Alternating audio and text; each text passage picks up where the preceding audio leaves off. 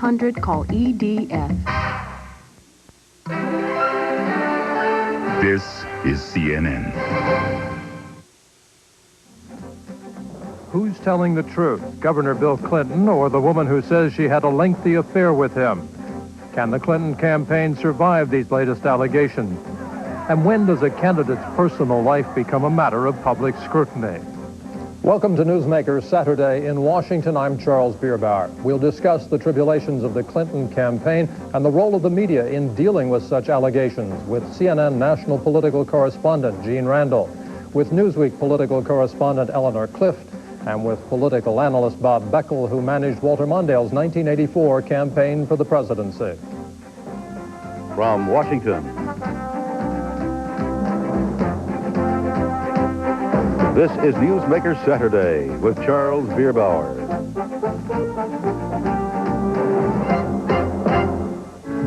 Like most candidates, Bill Clinton made his entry into the presidential race a family affair. Wife Hillary and daughter Chelsea at his side. Clinton had a dozen years' experience as governor of Arkansas to support his candidacy.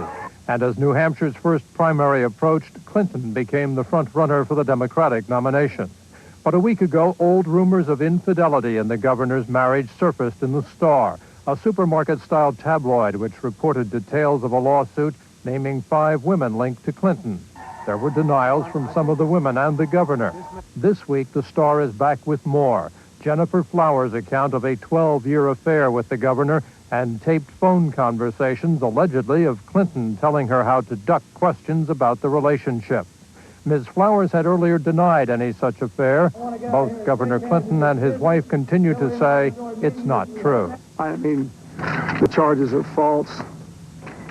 Today she took money to publish a story that she hired a lawyer to say was absolutely defamatory over a year ago. And it's sad. It's sad that this sort of thing could be published in a newspaper like the Star. The first thing I would say about this recent spate of tabloid allegations is that they're not true. We have a strong and committed relationship, but like every couple that I know of that's been married 16 years, we've had our ups and our downs. Thursday, as the Star's story broke, the Clinton campaign went shopping for a major television window in which to tell its story. ABC's Primetime and Nightline pitched hard but came up empty-handed. The Clinton campaign instead offered Newsmaker Saturday an exclusive interview with Governor and Mrs. Clinton.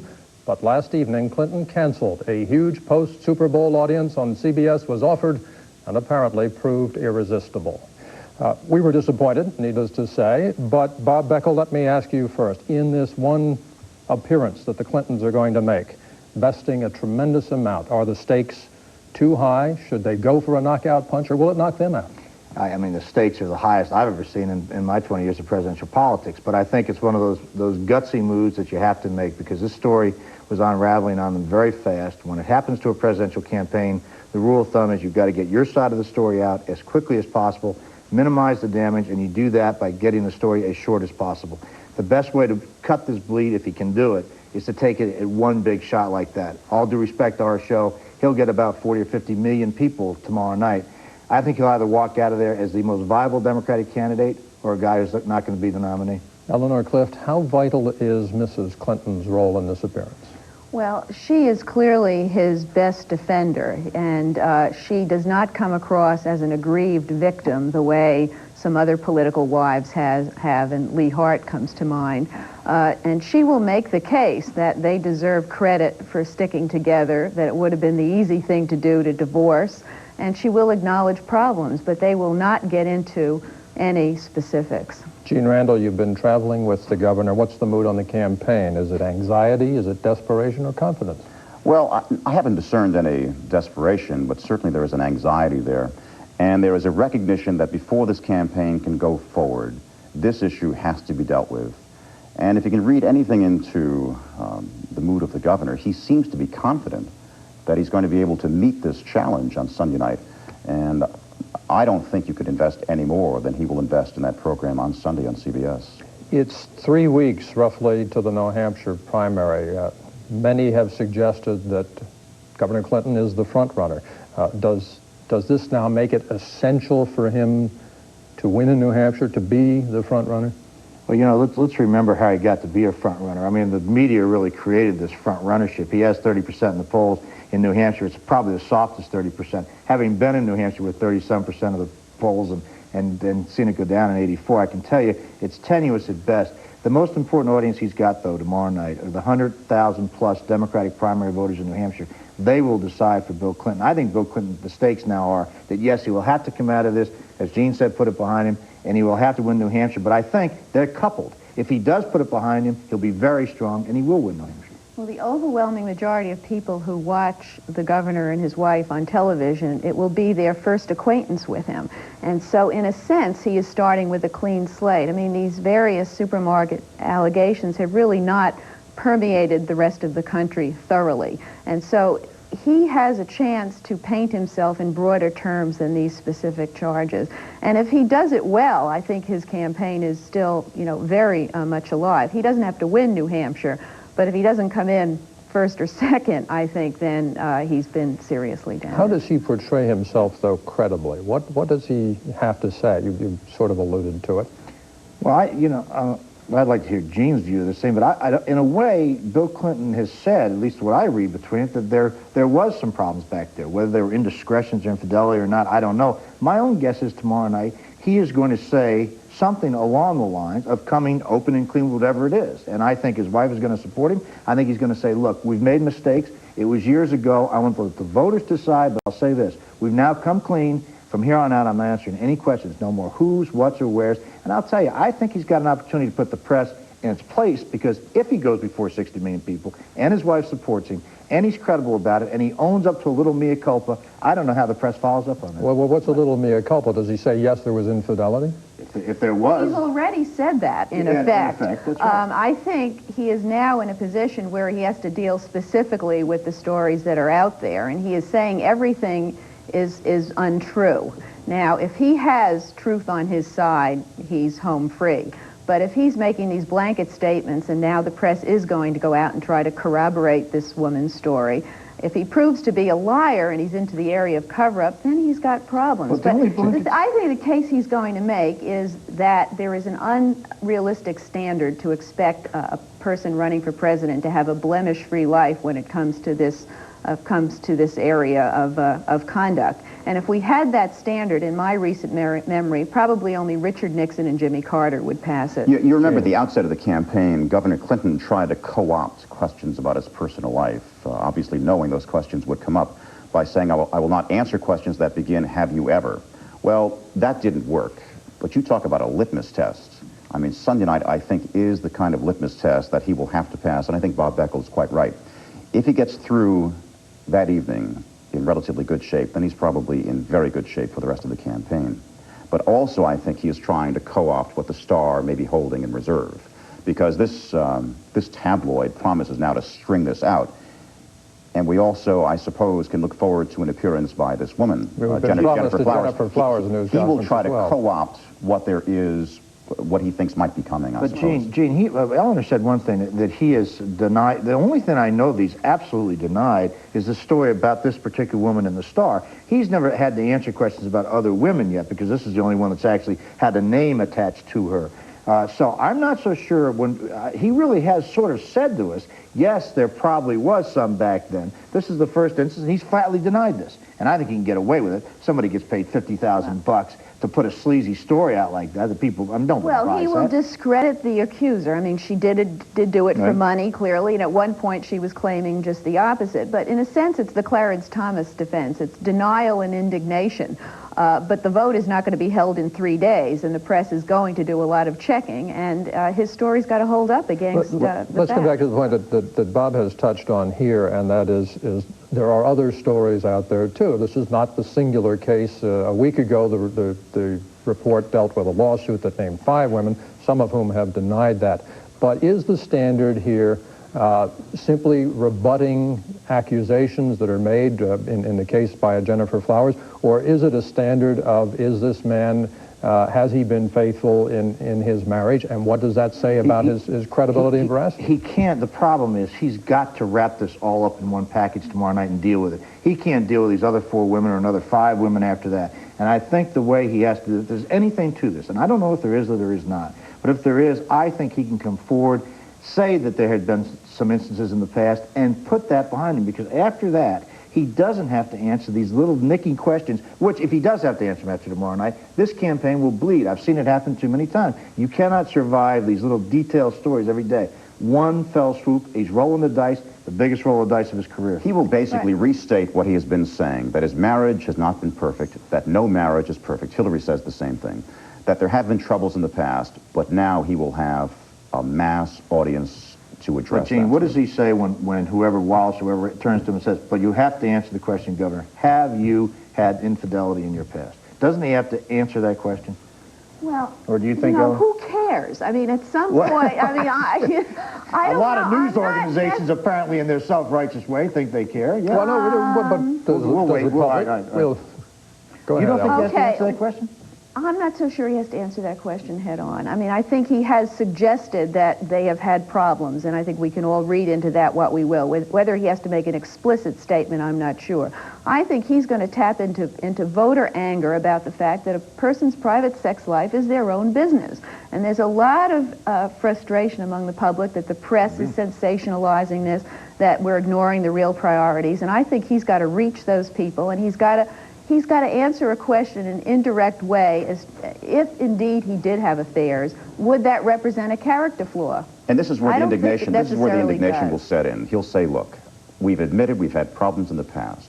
Do you want to strip us bare and spell out in detail exactly what the problems were? We've had problems. Take our word for it. I mean, if his mother asked him that question, I'm not sure he'd answer it. I'd like to believe that's true, but I simply can't believe that he's not going to have to be a little more specific than he's been, or leave himself out there dangling and to open to this horde of press people that can't seem to get enough of this stuff. All right, Bob's dying to get to the issue of what the press's role is. Damn right, and we will do that when we come back. Please stay with us.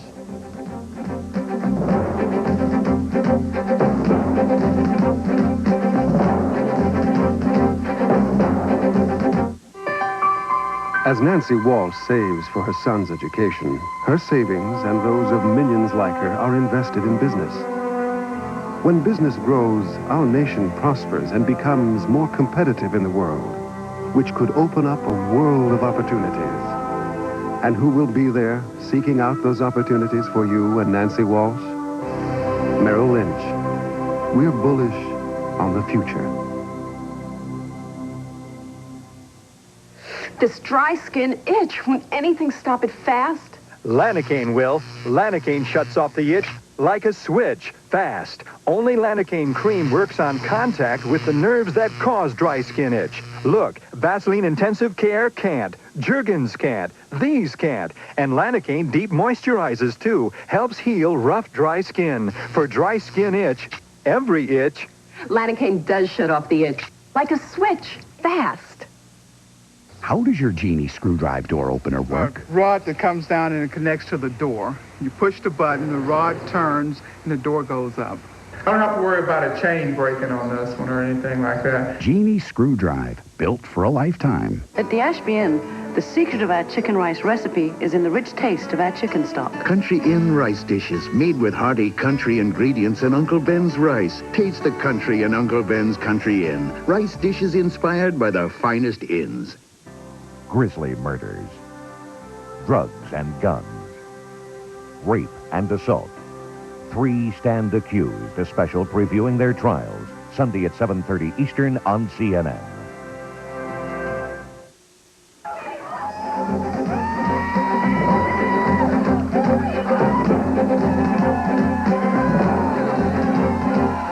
Bob Beckel, you've been on the candidate side of this thing, running the Mondale campaign in '84. Is it really your belief that the press starts this stuff, or that the press just picks up on what's already out there? Well, I used to have a mixed view about it, but this one, after 20 years in politics, I have never seen a more drastic display of amateurism, of totally running against the rules, of fairness, on the press's part. There are major news organizations, a lot of them, I don't know whether Eleanor's was one of them, I think they were, who've been down in Arkansas trying to find this story with facts. They haven't been able to do it, so instead, they let this rag star tabloid do their dirty work for them, including major organizations like Nightline and the Washington Post. Unless they could have proved this story, they never should have written the story based on a paid-off woman on a tabloid that nobody buys into. And I think Nightline was responsible as much as anybody else for starting the story, and Eleanor, it was disgusting. Is it a media story or is it a political story? I think it's both. And I think in the establishment media, we're very uncomfortable letting the supermarket tabloids set the agenda, but I don't see how you ignore it. Once it's out there and it's screaming on the front pages of not only the Star and those kind of newspapers, then it hits the next stage of the press. There's a food chain involved here. And it seems to me that we are at a point in dealing with this. If adultery and a politician's sex life is part of the political equation, you can't ignore this. But the excesses of the media are only corrected by the excesses of the media. And we may be at the point now where everybody will say, enough. Gene, are the reporters on the campaign trail uncomfortable with this? Well, we certainly are. But here's another aspect, Bob, of what you're talking about. Hillary Clinton got up in New Hampshire one night, about a week ago, 10 days ago, when these things first started surfacing, and gave this spirited defense of her husband. I mean, it was articulate, it was emotional, it was strong. And then the question was, well, do you report that defense? Because if you do, you've got to report what she's defending him against. And it becomes a real problem how to report it. And I quite agree with Eleanor. You reach a point where you can't ignore it. Yeah, why is she having to answer those questions? Because it's now gotten into the main core press, who took it from where? Bob, wait a minute, they took it from this rag, and then it went, Eleanor says, up the food chain. Let's take the next big food chain. The New York Daily News and the New York Post, those are rag magazines too. And said, all of a sudden, okay, well, they've got it, now it's legitimate. A lot of people read those newspapers, and they're going to wonder what this was all about. That's a cop-out on Newsweek's part and everybody else who illegitimately picked this story up because you guys couldn't find the story, and so you had to rely on a rag, untrue story to go with. Legitimate press is now out there checking details, and if this woman's story is not corroborated, I think we do a favor to Bill Clinton than rather to have it hanging around. I'll tell you, after this weekend, legitimate and press are becoming a misnomer. Bob, was the first time you heard this story, Bob, was it when it appeared in the Star, or hasn't it been around a long time, and haven't politicians themselves discussed the question of Bill Clinton's This story has been around the political circles for a very long time, and I'll tell you one thing. I've known about it for a long time, and on my little political analyst talk show, I would never have raised this story, never. I find it despicable that anybody would unless they could prove it. And we had people who called me up, reporters, well-known reporters, saying, Bob, have you heard about this? Who should I talk to in Arkansas? We're going down there. We've investigated. They came up with nothing but denials. So the Star gave them an opportunity to tell the story they wanted to tell because their competition was telling it. But yet you did raise it on your show. Gene, go ahead. Bob, after this, that's right, after this thing got on Nightline, we put it on our show. That's correct. The Hillary Clinton defense that I mentioned was provoked by a question from an audience member in New Hampshire. I mean, and she's responding. I mean, so the public is aware of this, and, you know... The big fear among Democrats, who all have heard the rumors, is that if you don't get this out now, somewhere down the line, after he gets the nominations, the Republicans spring us up. You cannot conceal this. It's been the big question mark in Bill Clinton's political life for a decade. Listen, I agree with you, and I've been around politics, and I'm realistic, too, and I recognize at certain points you can't control these things. I've been there before. I say this out of just sort of frustration that the political process seems to have to get down to these thresholds about people's private lives. When Bill Clinton Nightline never once did a story, as somebody said on that, about the Democratic campaign at all this year. Their first stories on sex. What we have to decide as a society is whether an extramarital affair interferes with your ability to lead. And I think a lot of people are at the point where they're going to say no. I think you're exactly right, and I hope so. And if that attitude's out there, I think Gene mentioned this as well, Bill Clinton has an ideal opportunity tomorrow night to tap into that, and he may very well be the first politician to emerge from a so-called scandal like this and turn the tide of something that has been deteriorating American politics for many decades. The question here, though, is really character, is it not? Sure. Whether it's embezzling or infidelity or anything else, if there's something in a candidate's character that is a flaw, obviously all flawed, but if it's a fatal flaw, isn't it the public's right to know, and essentially aren't the media the only people who can do that? The media always likes to use that line, it's the public's right to know, which really bothers me, but nonetheless, I don't know why they should be the purveyor of the public's right to know. Because it's the public that has to vote. It's very hard to have blanket rules for all of this. I mean, even if we knew everything that went on in Bill Clinton's past, we'd be saying, you know, well, is this compulsive behavior? Is this just a dalliance? If this woman is telling the truth, a 12-year affair, is that a double life? I mean, it's very difficult to say, okay, this is all right and this isn't. And I think there's going to be a lot of I think the voters ought to make the judgment about character. Character is the single most important component in the decision that the voter uses in deciding who ought to be president.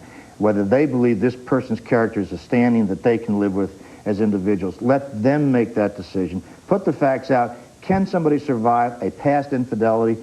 I think so, yes. I think they can. Could they afford to have stolen papers or done like that? No. They survived 40 infidelities. Where do we draw the line? Well, I think those are some of the questions we're going to deal with. Let the voters decide. Remember, we're never going to have any more World War II presidents. You've got all baby boom presidents coming up now. I don't know who can pass these threshold tests. Right. Not all World War II presidents can pass it either. That's right. All right, but the test is out there and the examination will continue. I thank you all. Bob Beckel, Eleanor Clift, Gene Randall, thank you for being with us. In a moment, I'll be back with one other perspective on the political campaign. Stay with us. Risk. As hard as it is to live with, it's impossible to live without. At Merrill Lynch, we know that risk can be dealt with. It can be managed. It can even be turned to your advantage.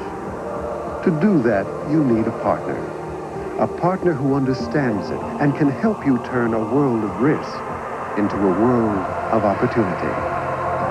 Merrill Lynch, we're bullish on the future. More valuable than most, this umbrella. Those who carry the Travelers for business insurance carry a 127-year tradition of excellence, upheld by 35,000 employees dedicated to customer satisfaction. Chosen by 50% of the Fortune 500. Open in case you want quality and service the Traveler's way. You're better off under the umbrella. Tired of the usual cough drops with menthol and eucalyptus that provide only minor relief for your cough? At last, you have a choice. From Scott Tussin, the pharmaceutical company diabetics have known and trusted for years, comes new Scott Tussin DM Cough Chasers. The only sugar-free, sodium-free, and dye-free cough lozenge with dextromethorphan, the most effective cough suppressant available without a prescription. Chase your coughs away with Cough Chasers. What does this woman know about dieting that maybe you don't? That you don't have to drink your breakfast, because a serving of Kellogg's Special K actually has fewer calories than a glass of the leading diet shake. In fact, the entire Special K breakfast, including fruit, skim milk, and coffee, has fewer calories than the diet shake. So, if you're going to have something special when you're trying to lose weight, shouldn't it be something special with fewer calories? Kellogg's Special K. Lose the fat. Governor Bill Clinton has had a couple of days under the political heat lamp to his discomfort.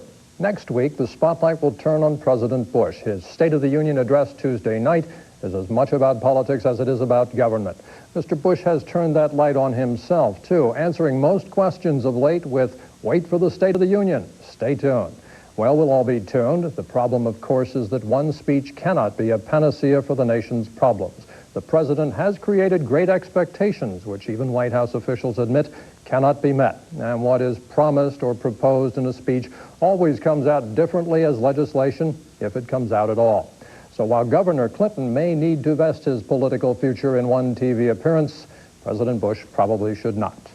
Later today on CNN, former White House Chief of Staff John Sununu joins the Capitol Gang. That airs at 7 p.m. Eastern. And tomorrow on Newsmaker Sunday, more politics. Frank Sesno will interview Democratic presidential candidate Jerry Brown. That's at 10:30 a.m. Eastern here on CNN. For Newsmaker Saturday in Washington, I'm Charles Bierbauer. Thanks for being with us.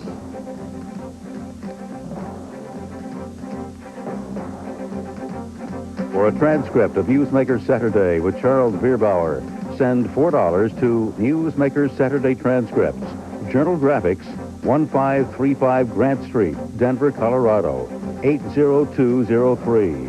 Or call 1-303-831-9000. Your comments may be sent to the same address.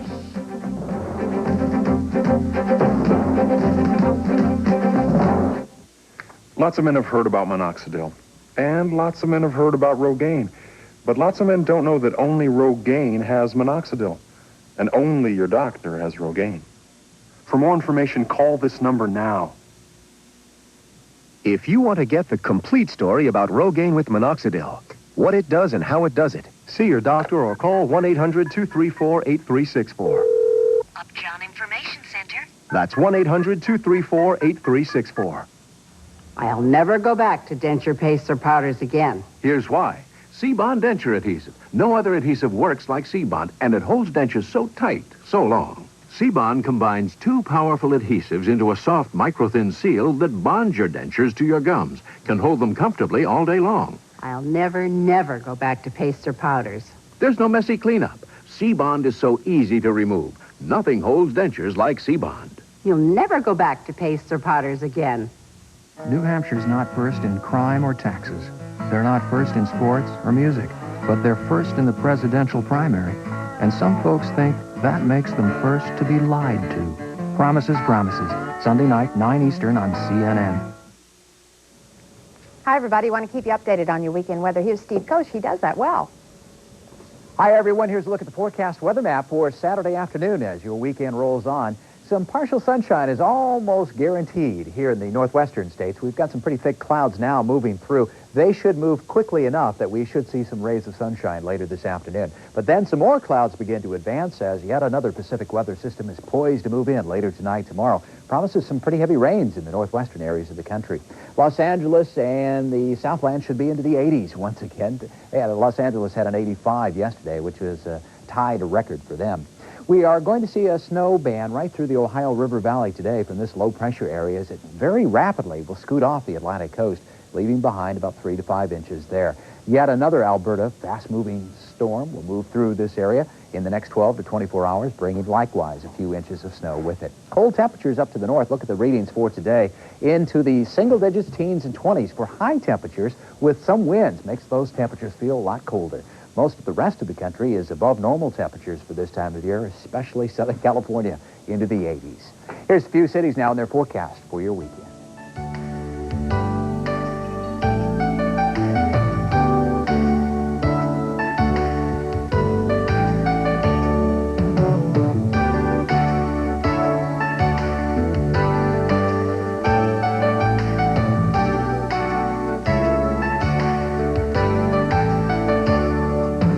Well, I do hope you enjoy your weekend. The news continues here on CNN. Thanks, Steve. Check out the top stories. Health Week coming up.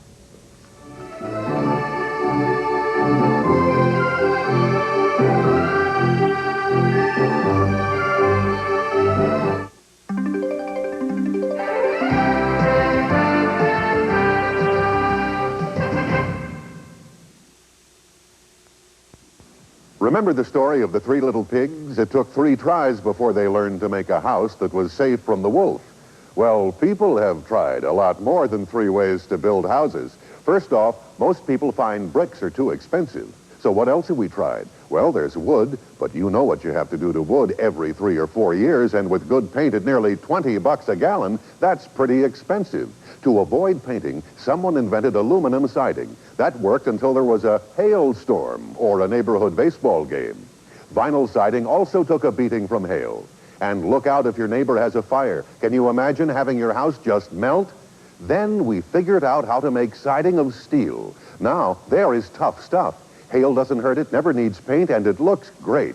But siding comes in 12-foot lengths, so you have those ugly splices. For siding to be durable and look good, it has to be steel without splices. So the people at ABC Seamless Siding invented a way to take the siding manufacturing machine right out to your house so they could make siding on the spot in the exact length needed, even 100 feet long. Finally, we solved the problems of aluminum and vinyl siding. Is ABC Seamless Siding the perfect way to build a house? We think so, and we'd like to mail you information on the reasons why ABC Seamless Siding is best. Someday, all siding will be made like this. As homeowners, we are all aware of energy cost. Making your home energy efficient is important, and here in Iowa there is a company that can help you, ABC Seamless Siding, because they use quality siding, installation, and energy-efficient windows. I fully endorse ABC Seamless. Not only can they beautify your home,